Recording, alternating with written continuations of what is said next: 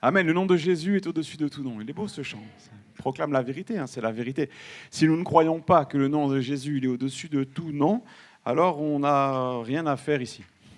Parce que ça veut dire que la Bible est fausse. Vous comprenez ? Ça veut dire qu'on se réunit pour rien en fait.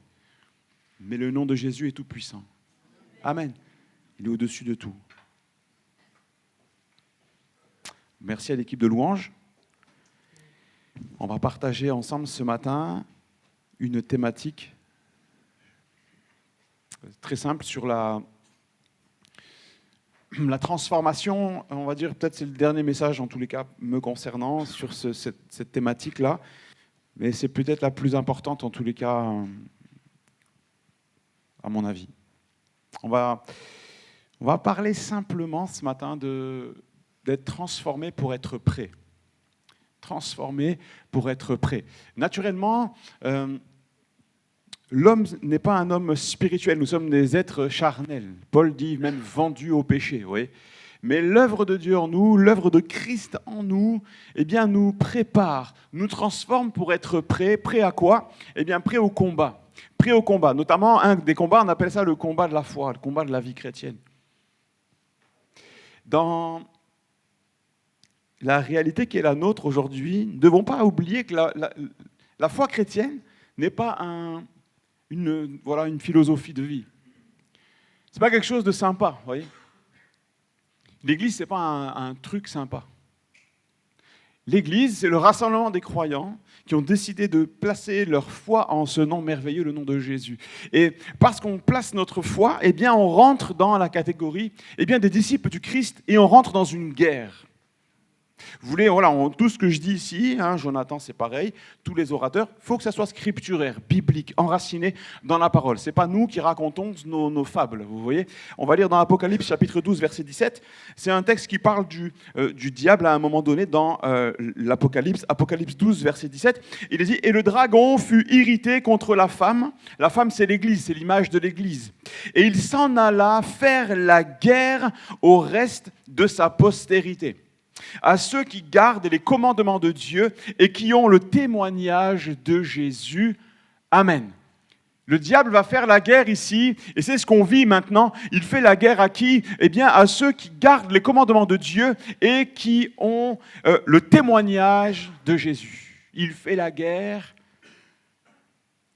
à ceux qui gardent les commandements de Dieu et qui ont le témoignage de Jésus. Cette guerre est réelle, frères et sœurs. Vous savez, dans l'histoire de France, je ne sais pas si vous êtes comme moi, mais j'ai été marqué quand j'étais enfant à l'école. On m'a appris pendant la Seconde Guerre mondiale, le tout début de la Seconde Guerre mondiale, cet épisode, je ne fais pas de politique, ce n'est pas par rapport à ce qui s'est passé hier. J'ai préparé ce message avant de découvrir l'actualité. La ligne Maginot, vous avez connu ça, vous connaissez ça. C'est très intéressant dans le concept, avec de lourdes conséquences. C'est une ligne qui fait plusieurs centaines de kilomètres, je ne sais pas combien, qui est à la frontière française. Au lendemain de la Première Guerre mondiale, ils se sont dit, il nous faut une protection forte et on va construire donc une espèce de rempart, une ligne. C'est un blocos, c'est large, c'est quelque chose, c'est un ouvrage magistral. Mais au début de la guerre, eh bien, les troupes françaises ont été prises par surprise, parce que l'armée allemande est passée par les Ardennes. Ils ne s'y attendaient pas. Moi, je ne suis pas prof d'histoire, mais vous comprenez de quoi je parle. Et j'ai noté ça dans un petit commentaire, il disait que l'erreur fut la stratégie mentale qui en faisait un bouclier absolu. Les gens pensaient qu'ils étaient tranquilles, en fait. Ils se sont dit, on est tranquille, on a la ligne Maginot, et puis même si c'est dur, et voilà. Mes amis, on ne doit pas être ignorant en tant que chrétien de l'importance du combat dans lequel on est aujourd'hui. La foi est malmenée de partout, on se moque de Dieu de partout. On remet en cause tout ce que Dieu a mis en place. Dans la société, dans le monde occidental. Que dire des autres société. Il n'y a pas un modèle qui glorifie le Christ dans ses bases politiques ou sociétales. Et certains le font moins que d'autres. En tout cas, je ne sais pas si on a touché le fond en France, mais c'est dur. C'est dur. Attention, chrétiens, nous sommes en guerre. Alors, il ne s'agit pas d'avoir peur, mais il ne s'agit pas non plus de se réfugier juste derrière je suis chrétien, c'est bon, je n'ai plus besoin d'être vigilant. Ce n'est pas du tout ce que la Bible enseigne. La Bible nous enseigne d'être prêt. D'être prêt. Ce matin, je voudrais étudier avec vous une des armes que le diable utilise contre les hommes, mais aussi contre les croyants. On va en étudier une en partie, puis on va aller un peu plus loin, on ne va pas parler que de ça, mais on va parler de la séduction. La séduction. La séduction, le doute, mais la séduction.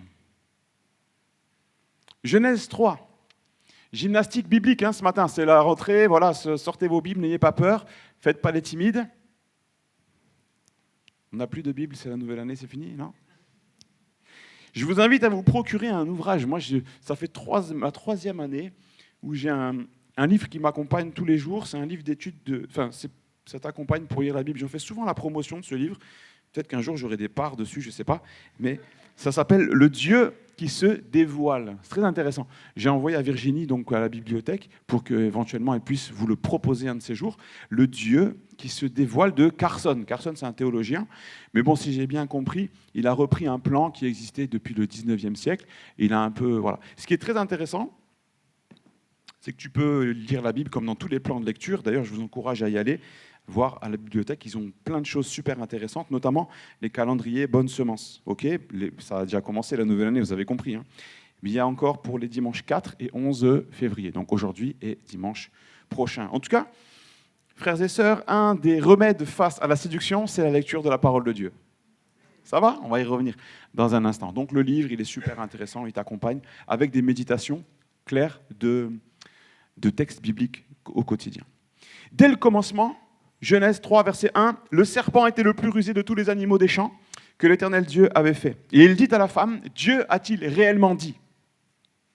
Vous ne mangerez pas de tous les arbres du jardin. » La femme répondit au serpent, « Nous mangeons du fruit des arbres du jardin, mais quant au fruit de l'arbre qui est au milieu, Dieu a dit, vous n'en mangerez point, vous n'y toucherez point. Alors le serpent dit à la femme, vous ne mourrez point.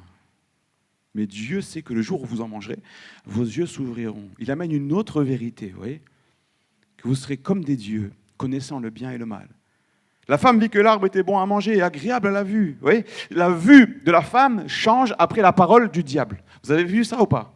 La vue de la femme change. Elle voit un peu différemment. Sa vue est comme amplifiée. C'est comme une réalité augmentée, mais empirée en fait. Vous voyez ? Elle voit avec des nouveaux yeux. Une nouvelle forme de convoitise s'installe. La femme vit que l'arbre était bon à manger et agréable à la vue et qu'il était précieux pour ouvrir l'intelligence. Ça, elle le pense parce qu'elle l'a entendu. Elle prit de son fruit, en mangea et en donna aussi à son mari qui était auprès d'elle et il en mangea. Amen. Une séduction s'est installée par quelques paroles. La parole qui vient semer le trouble, la parole qui vient semer le doute. Ah, mais c'est peut-être, et si c'était vrai ? Vous voyez ? Et si c'était vrai. La séduction par la remise en question de la parole de Dieu. Dieu a-t-il réellement dit ? Et ça fait, mes amis, des siècles et des siècles et des siècles que ça se passe comme ça. Bien plus tard, Jean-Baptiste arrive dans la place, le cousin de Jésus. Matthieu chapitre 3. Verset 5. Les habitants de Jérusalem et toute la Judée et tous les pays des environs du Jourdain se rendaient auprès de lui en confessant leurs péchés et ils se faisaient baptiser par lui dans le fleuve du Jourdain. Mais voyant venir à lui, à son baptême, beaucoup de pharisiens et de sadducéens, il leur dit « race de vipères ». Sympa, hein ? Jean-Baptiste se faire des amis en 3 leçons, vous voyez ? Race de vipères, qui vous a appris à fuir la colère à venir ? Produisez donc des fruits dignes de la repentance. Au verset 11, moi je vous baptise d'eau pour vous amener à la repentance, mais celui qui vient après moi est plus puissant que moi, je ne suis pas digne de porter ses souliers. Lui, il vous baptisera du Saint-Esprit et de feu. Amen. Il s'adresse aux pharisiens et aux sadducéens en leur disant « race de vipères ». Et race de vipères, on est dans Matthieu 3, ça te ramène dans Genèse 3, vous avez compris ? Race de vipères, pas race de lapin, race de vipères. Le serpent, celui qui a remis en cause. Dieu a-t-il réellement dit ? Dieu a-t-il réellement dit ? Pourquoi il leur dit ça ? Eh bien parce qu'il y a la même racine dans le cœur des pharisiens et des sadducéens. Pourtant, c'était des hommes qui étaient censés connaître la loi. Ils connaissaient même tellement bien qu'ils se permettaient de donner des leçons. Vous voyez, ils connaissaient. Waouh, tu étais un pharisien, ça veut dire séparer un des trois partis des Juifs avec les sadducéens et les esséniens.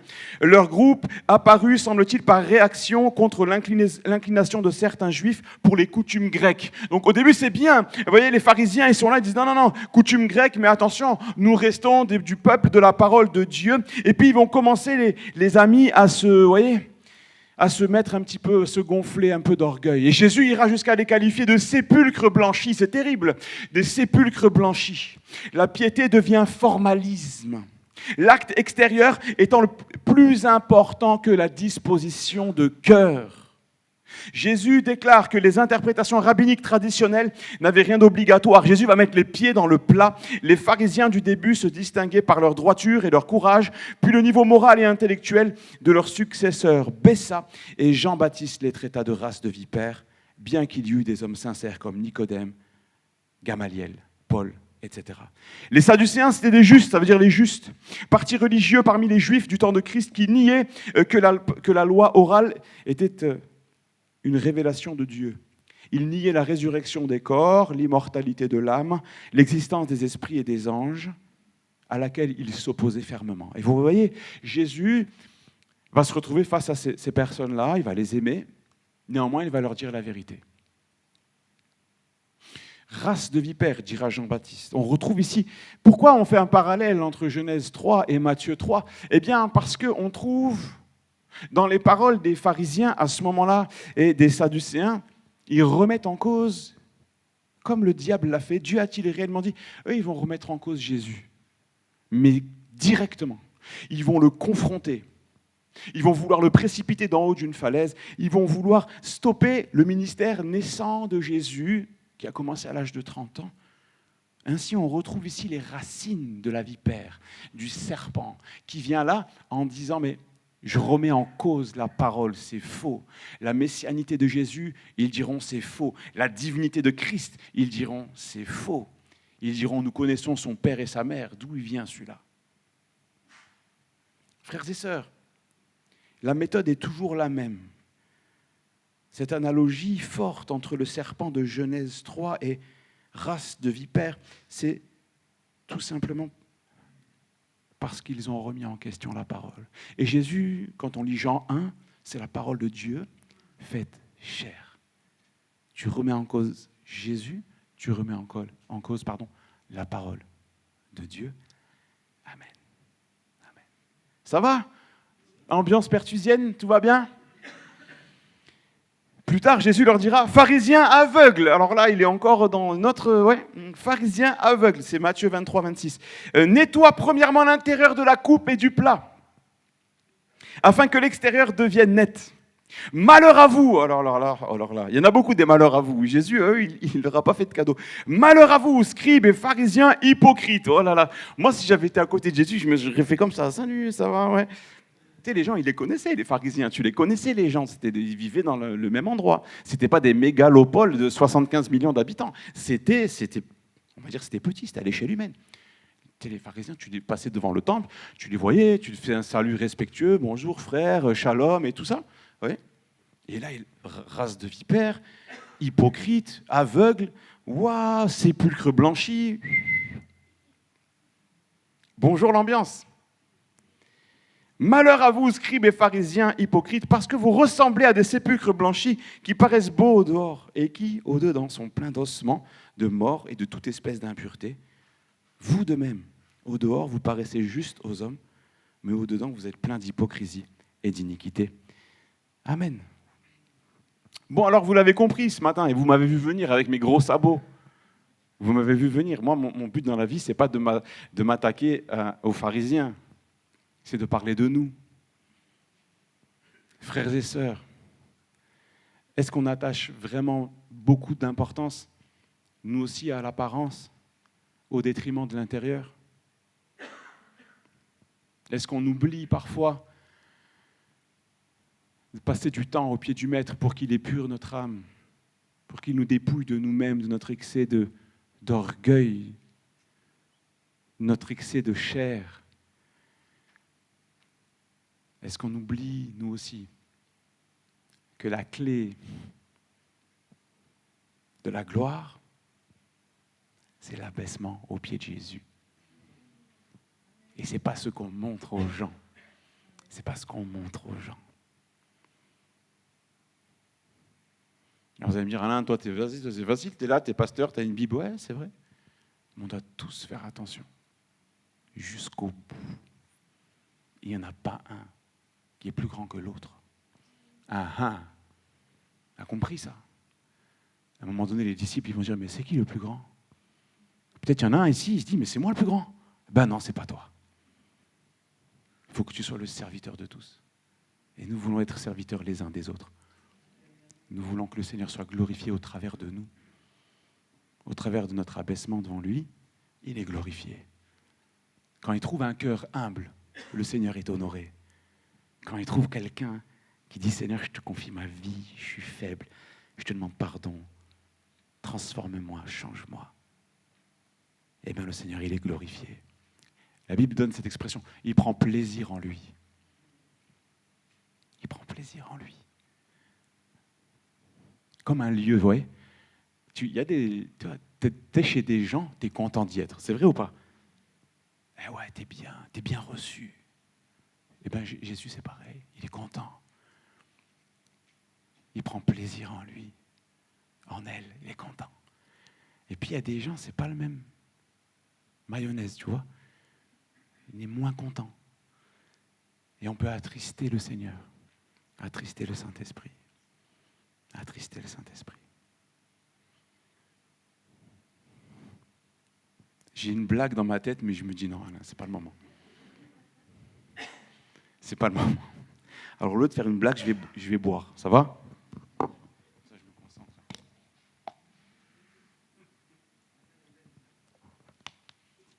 Ouais, c'était pas une blague, c'est une histoire vraiment rigolote, mais je la regarde pour un prochain coup. Allez, non, vous allez me faire rire, après je vais perdre mes notes et tout, je vais perdre le fil. Alors, vous voulez que je vous raconte l'histoire? Allez, ça va, je raconte. Allez. Des fois, tu sens quand tu es bien reçu chez quelqu'un, c'est vrai ou pas? Des fois, tu sens quand tu es bien reçu chez quelqu'un. Un jour, on était en phase, vous savez, les pasteurs, dans les assemblées de Dieu, on aime bien les faire tourner d'église en église pour qu'ils fassent leur preuve un peu. Montre un peu, tu veux rentrer dans le milieu. Allez, vas-y, teste. Je fais un test, on arrive avec Maïda et je crois qu'on n'avait que Célia ou Lily. Je crois on doit avoir les deux. Allez, on avait les deux. Donc j'avais mes 2 enfants, j'arrive là-bas. On arrive chez une dame, c'était rigolo. Cette dame, elle était sympa, elle était gentille, jusqu'au début de la porte d'entrée de chez elle. Elle nous loge et jusque-là, c'était bon. Elle ouvre, elle fait bon. Elle dit, vous allez loger là. Et elle nous montre le garage, vous voyez, et vous logez là. Elle nous ouvre la porte du garage et elle court chez elle, dans les escaliers. Et elle dit, au revoir, crac, elle ferme la porte. On ouvre, et il y avait une cuve à fioul, vous voyez, un vieux lit pour bébé qui datait de Molière, vous voyez, et on a dormi là, au milieu du mazout et de je sais plus trop, vous voyez. Et après, on va chez le pasteur. On s'est dit, chez le pasteur, ça va être sympa, vous voyez. Moi, j'aime bien aller manger chez les pasteurs, ils sont gentils. Et souvent, on se régale. Et c'est trop bien. Mais des fois, c'est plus improbable, vous voyez. C'est plus approximatif comme résultat. On arrive là-bas, il y avait... C'est vrai. Il y avait la dame, elle nous a fait à manger. Déjà, les enfants, je sais pas, elle les avait comme... Non, vous parlez même pas avec eux. Elle les avait tous mis dans la chambre. Et on était comme ça avec le couple de pasteurs. Bonjour. Et ils n'étaient pas trop contents de me voir, vous voyez. Je dois avoir une tête, je sais pas, comme maintenant, mais en pire, vous voyez. Et là, le repas arrive. The repats. Ouais, quoi? Soupe de poireaux avec fil incorporé. Il y avait tous les fils dedans. Et là j'ai compris le message. Alain, tu n'es pas le bienvenu dans cette église. Parce que c'était pour faire un test, pour y aller travailler, vous voyez. J'ai compris le message, c'était marqué en bas du repas, entre les poireaux et voilà. Eh bien, je vais vous dire un truc, c'est la vérité. Des fois, Jésus, on l'accueille comme ça, mes amis. On le met dans un garage avec une cuve à mazout. On lui dit, installe-toi là confortablement. On ferme et on rentre dans notre confort. Et on lui donne une vieille soupe de poireaux avec les fils dedans. Oui, peut-être qu'il y en a, ils aiment les fils, hein, c'est votre truc, peut-être. Ah, les fils de poireaux, voilà, bref. Mais il y a une autre manière d'accueillir les gens. Et il y a une autre manière d'accueillir Jésus. Il y a ceux qui ont tout donné pour lui. Et il y a ceux qui lui donnent les restes. Et moi, je ne m'érige pas en donneur de leçons ce matin.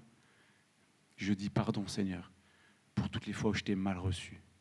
Pardon, Seigneur, pour les fois où ma maison n'est pas digne de toi. Pardon, Seigneur, pour les fois où je t'ai méprisé. Où je me suis peut-être cru trop spirituel.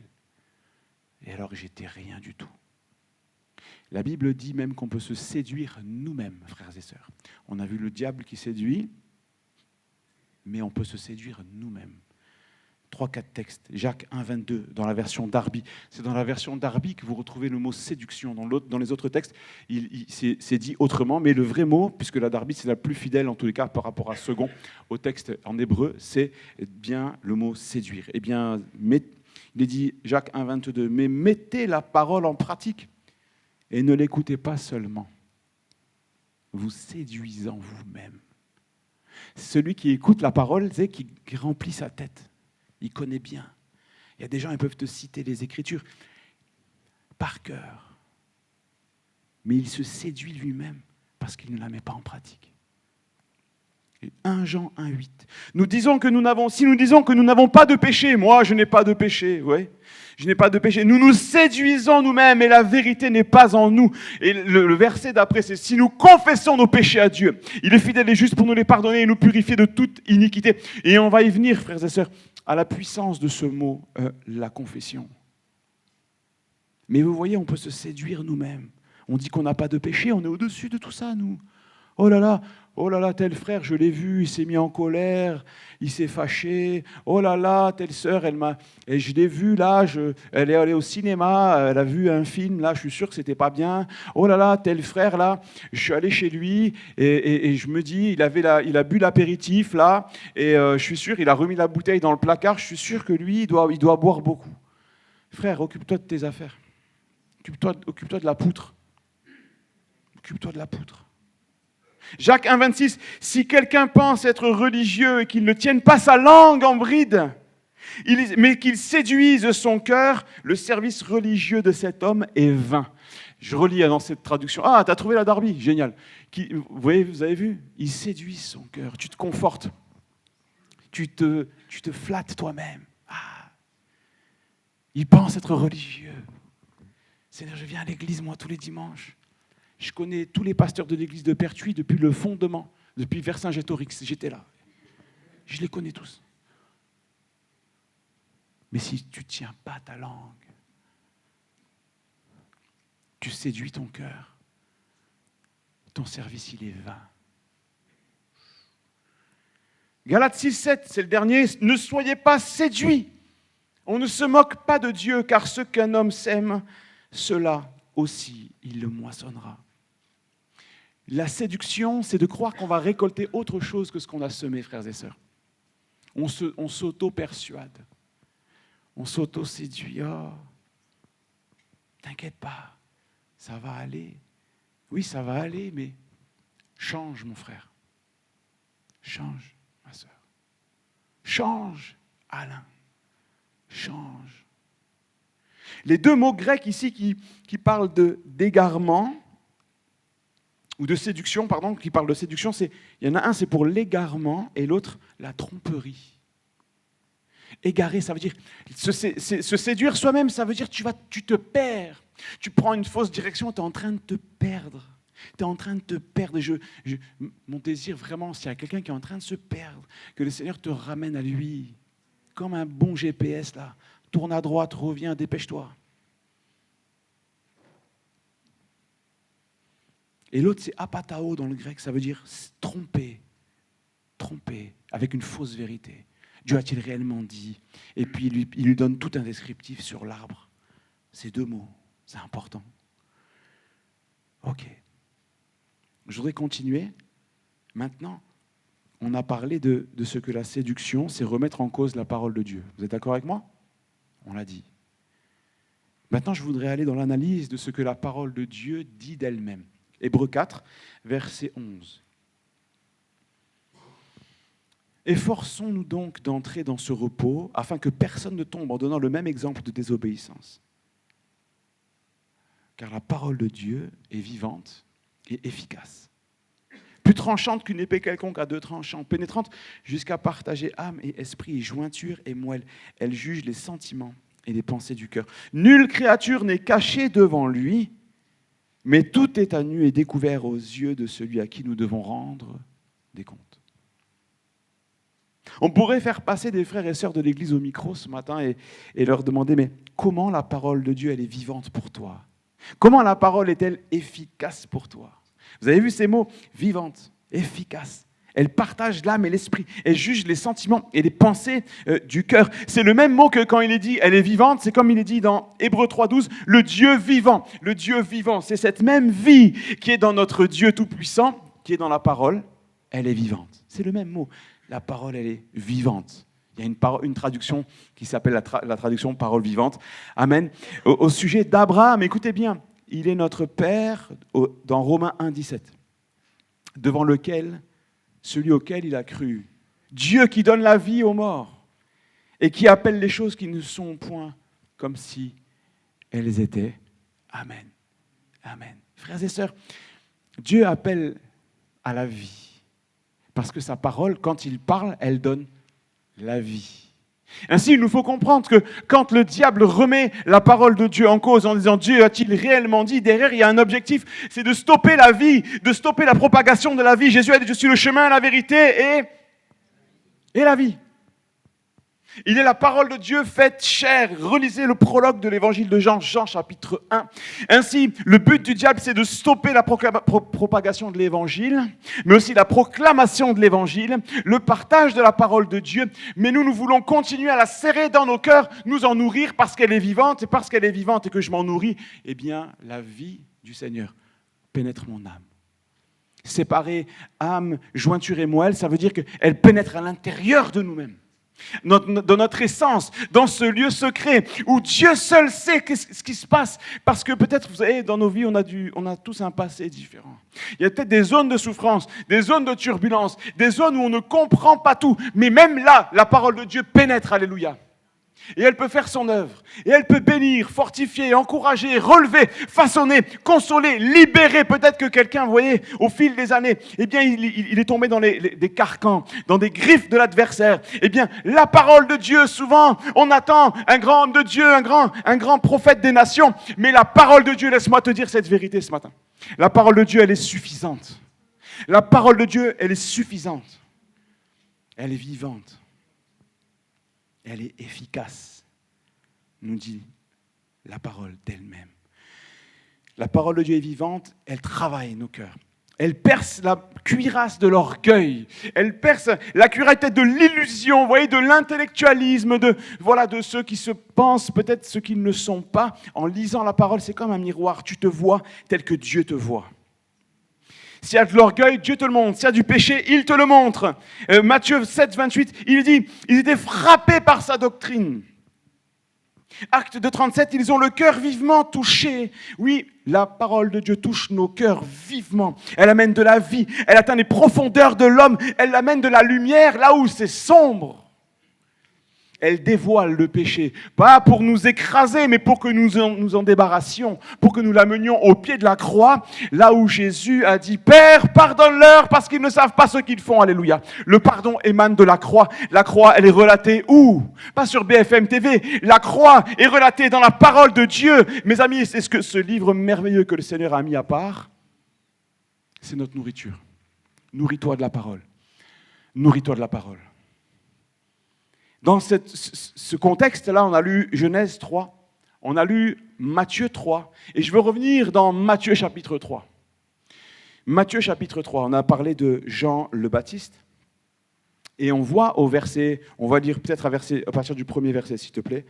Matthieu 3, verset 1er. En ce temps-là, parut Jean-Baptiste prêchant dans la Judée. Il disait, repentez-vous. La première clé que Jean-Baptiste va donner, repentez-vous car le royaume des cieux est proche. Jean est celui qui avait été annoncé par Ésaïe le prophète, lorsqu'il est dit, c'est ici la voix de celui qui crie dans le désert. Et au verset 8, produisez donc du fruit digne de la repentance. Vous êtes avec moi ? Allez, connectez-vous, je sais que c'est dur, là il y a encore un morceau de dinde, voilà, ça va arriver. Repentez-vous, premier mot, repentez-vous. C'est quoi dans le grec le mot repentez-vous ? Tous les Grecs qui sont dans la salle, vous le savez, c'est métanoïa. Le mot ici, repentez-vous, c'est repentance, c'est métanoïa, c'est un changement de mentalité, un changement d'intention. C'est la tristesse qu'on éprouve de nos péchés et la douleur d'avoir offensé Dieu. Mais laissez-moi vous dire une chose, entre la repentance et la conversion, il n'y a qu'un pas. Tu te repens, tu es en train de te convertir, tu es en train de te métanoïa, tu es en train de te transformer. Il y a une transformation intérieure qui prend place. La vie, la parole de Dieu s'installe. Tu te repens, tu t'humilies devant Dieu et la vie de Dieu prend place. C'est ça, métanoïa. Et je vais vous dire un deuxième truc, c'est que ce n'est pas une expérience ponctuelle seulement. Repentez-vous. Oui, Jean-Baptiste, il parlait aux pécheurs, il leur disait, venez confesser vos péchés devant le Seigneur et vous serez pardonnés. Oui, et je dis amen à ça. Mais cette transformation, elle est continue, frères et sœurs, tout au long de notre vie. Tant qu'on est sur cette terre, on a besoin d'être métanoïa. Et métanoïa devient métamorpho, qui est la métamorphose, alléluia. La métamorphose transformée, métamorpho, de gloire en gloire par le Seigneur l'Esprit. Mais si tu commences pas par la repentance, alors tu ne feras rien du tout. Et régulièrement, on a besoin de revenir à la repentance. Et régulièrement, on a besoin de dire pardon, Seigneur, pour ma misère. Pardon, Seigneur, pour ma suffisance. La repentance, s'il vous plaît, ne considérez pas que c'est une expérience ponctuelle seulement.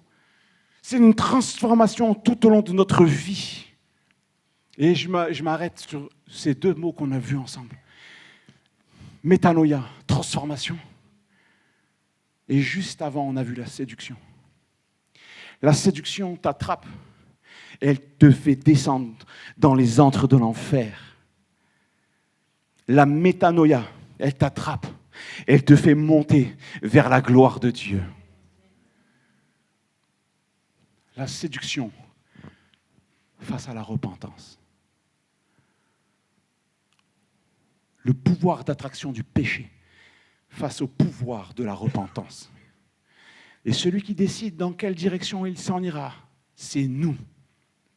Nous sommes responsables. Nous sommes responsables. Parce qu'en tant qu'être humain, nous avons tous reçu le libre arbitre, la capacité de choisir. Je choisis, Seigneur, de m'humilier devant toi. Je choisis la métanoïa, je choisis de te demander pardon. Je choisis de m'humilier devant toi, même si j'ai péché, même si je ne suis pas parfait, Seigneur, je te demande pardon. Lave-moi, Seigneur. La Bible dit le sang de Jésus me lave, il me purifie de tout péché. Et moi, je le crois. Moi, je le crois. Ce changement d'intérieur profond, il est amorcé par l'Esprit de Dieu. Et après, il va se développer. Vous avez remarqué ? Le Seigneur nous dit, mais produisez du fruit digne de la repentance. Et j'ai compris un truc. Je me suis dit, hey, c'est marrant. Produisez du fruit. Il n'a pas dit, soyez un fruit. Dieu ne nous demande pas d'être des fruits sympas. Ça, c'est bon, un fruit, une mangue. J'aime trop les mangues. Mais quand une mangue, tu l'as finie, il n'y en a plus, il n'y a plus rien. Il reste ce noyau énorme, là, il reste ça. Mais si tu es un arbre qui porte du fruit, le fruit, tu le prends. Tu aimes les mangues, Samuel ? Tu prends et tu donnes. Tu kiffes les mangues, toi aussi, c'est bon, les mangues. Vous voyez ? Mais si on est juste un fruit, après, quand tu l'as mangé, c'est fini. Ça veut dire que la bénédiction, elle dure. Et elle se transmet. Elle dure pour nous, parce que si je suis un arbre fruitier, je vais en manger pour moi-même aussi. Vous voyez, ça va me nourrir. Ah, je porte des fruits, c'est pour glorifier le Seigneur, mais ça va aider les autres. Les fruits que tu portes, ça va aider les autres, ça va les nourrir. Eh oui, on se bénit les uns les autres. Qu'est-ce qu'il me dit, la montre, là-bas ? Ça va, vous êtes encore là ? Métanoïa, la repentance, face à planao et apatao, c'est les deux mots pour la séduction. Dans le grec, après il y a l'hébreu, on va pas. Je ne suis pas un spécialiste des langues hébraïques et grecques. Mais c'est intéressant néanmoins. Ça met des petites pistes de réflexion pour nous. Allez, je continue. Vous êtes toujours avec moi, vous me l'avez dit, donc on y va. Matthieu 3, Genèse 3 d'abord, après Matthieu 3. Et maintenant, on va dans Acte 3. Ok? Facile à retenir ce matin. Genèse 3, Matthieu 3 et Acte 3. Acte 3, c'est le moment où il va y avoir la guérison du boiteux à la porte du temple. Vous voyez, c'était un homme, le pauvre, il était boiteux de naissance. Et il va se retrouver là, il va être béni, vous voyez. Il va être béni, il va être guéri, gloire à Dieu. La Bible dit, il va rentrer chantant, dansant et louant Dieu dans le temple. Chantant, dansant et louant Dieu. Alors mes amis, je ne parle pas ici de culture, on parle de joie, alléluia. Chante. Et quand est-ce la dernière fois qu'on a loué le Seigneur pour une bénédiction ? Quand est-ce la dernière fois qu'on a nous aussi chanté, dansé et loué Dieu, vraiment avec nos tripes, avec notre cœur, avec notre waouh, Seigneur, merci pour la vie que tu m'as donnée, alléluia. Merci pour mes enfants, merci pour le souffle de vie, alléluia. Qu'as-tu que tu n'aies reçu ? Eh oui, on ne mérite rien du tout, mes amis. Dieu nous a tout donné par grâce. Oh, ce boiteux de naissance, il est guéri. Je ne sais pas comment ça a dû se passer, mais ça a dû être une scène merveilleuse. Et puis, l'apôtre Pierre va parler. Acte 3, verset 19. C'est la fin. On reviendra sur cet épisode glorieux. Acte 3, verset 19. Il est dit ceci. C'est la fin du récit, là.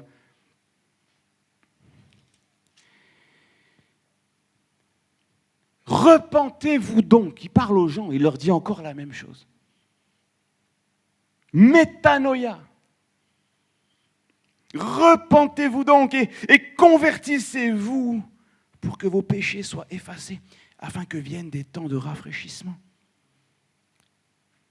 Afin que des temps de rafraîchissement viennent de la part du Seigneur et qu'il envoie celui qui vous a été destiné, Jésus-Christ, que le ciel doit recevoir jusqu'au temps du rétablissement de toutes choses, etc. Là, vous avez vu, il franchit une étape. Il parlera. Vous voyez, on aurait pu faire fi de ça, vous voyez. J'imagine la scène, l'homme est guéri, la puissance de Dieu se manifeste. Il aurait pu leur dire, ça y est, le royaume de Dieu s'est approché, tout va bien, les miracles, la puissance, gloire à Dieu.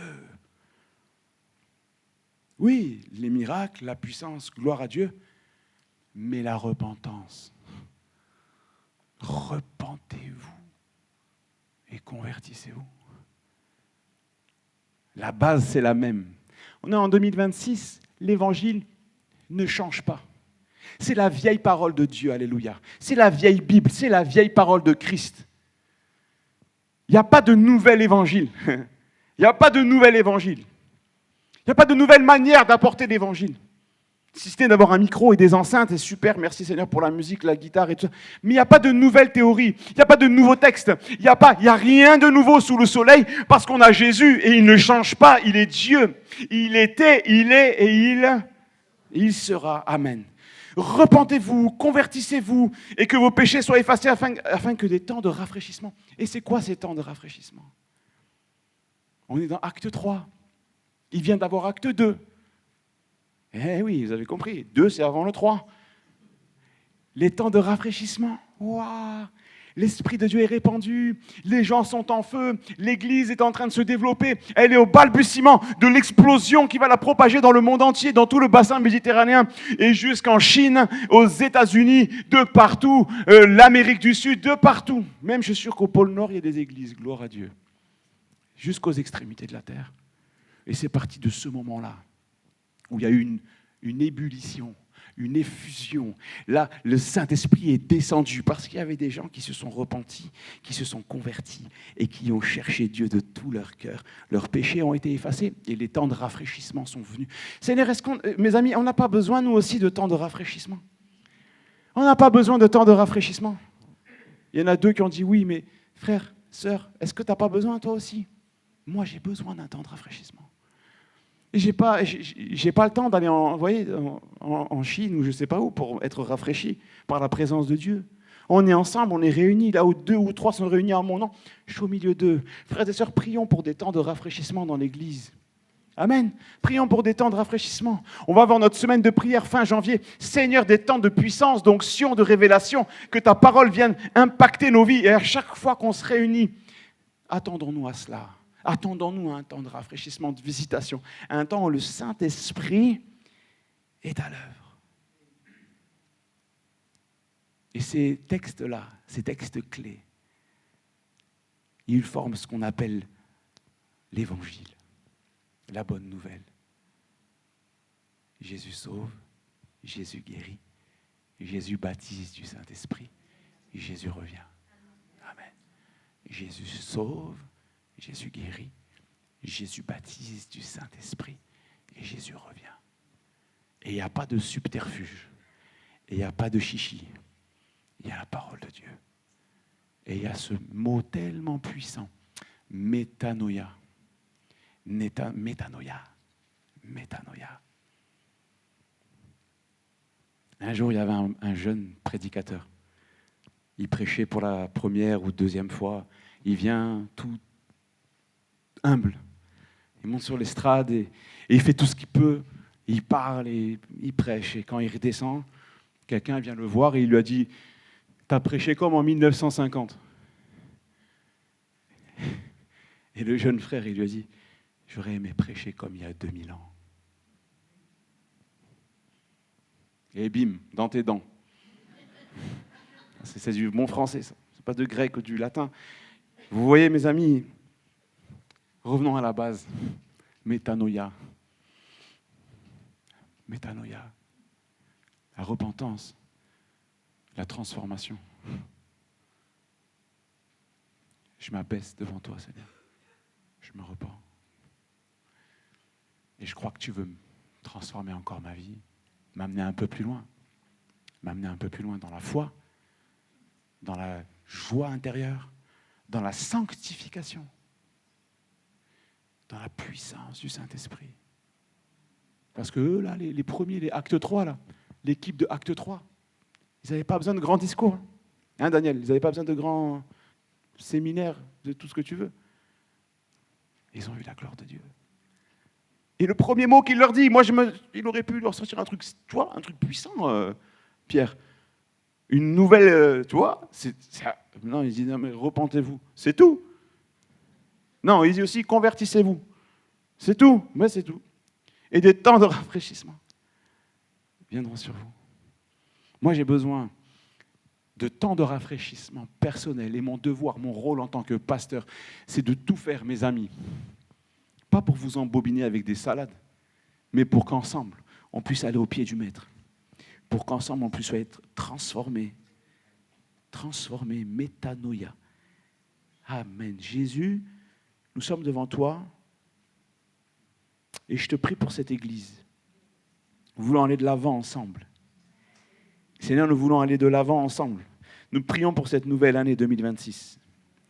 Seigneur, je te prie que ce soit une année de métanoïa. Une année de repentance, une année, Seigneur, où tu nous transformes, une année où tu nous amènes de gloire en gloire comme métamorpho.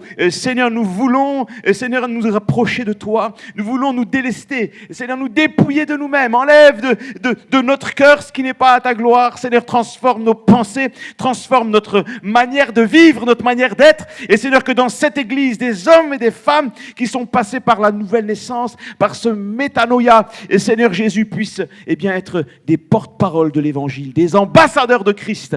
Seigneur, nous voulons voir ta gloire et nous ne voulons pas abandonner. Dans le nom de Jésus, nous n'abandonnerons pas, Seigneur. Nous ne voulons pas lâcher ta parole. Nous ne voulons pas lâcher la croix. Nous ne voulons pas lâcher le Christ. Christ en vous, l'espérance de la gloire. Seigneur, nous sommes là devant toi ce matin. Bénis nos familles, Seigneur.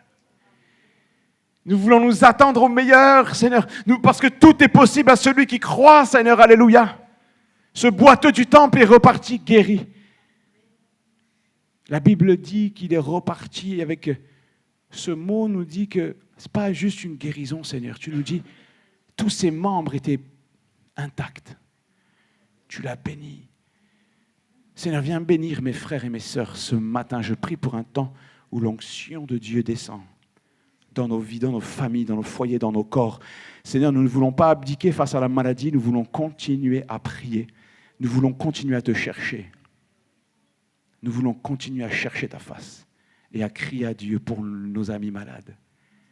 Nous voulons crier à toi, Seigneur, pour les familles éprouvées. Nous voulons crier à toi, Seigneur Jésus, afin que le ciel s'ouvre. Oui, si tu crois, et tu verras. Et la gloire de Dieu.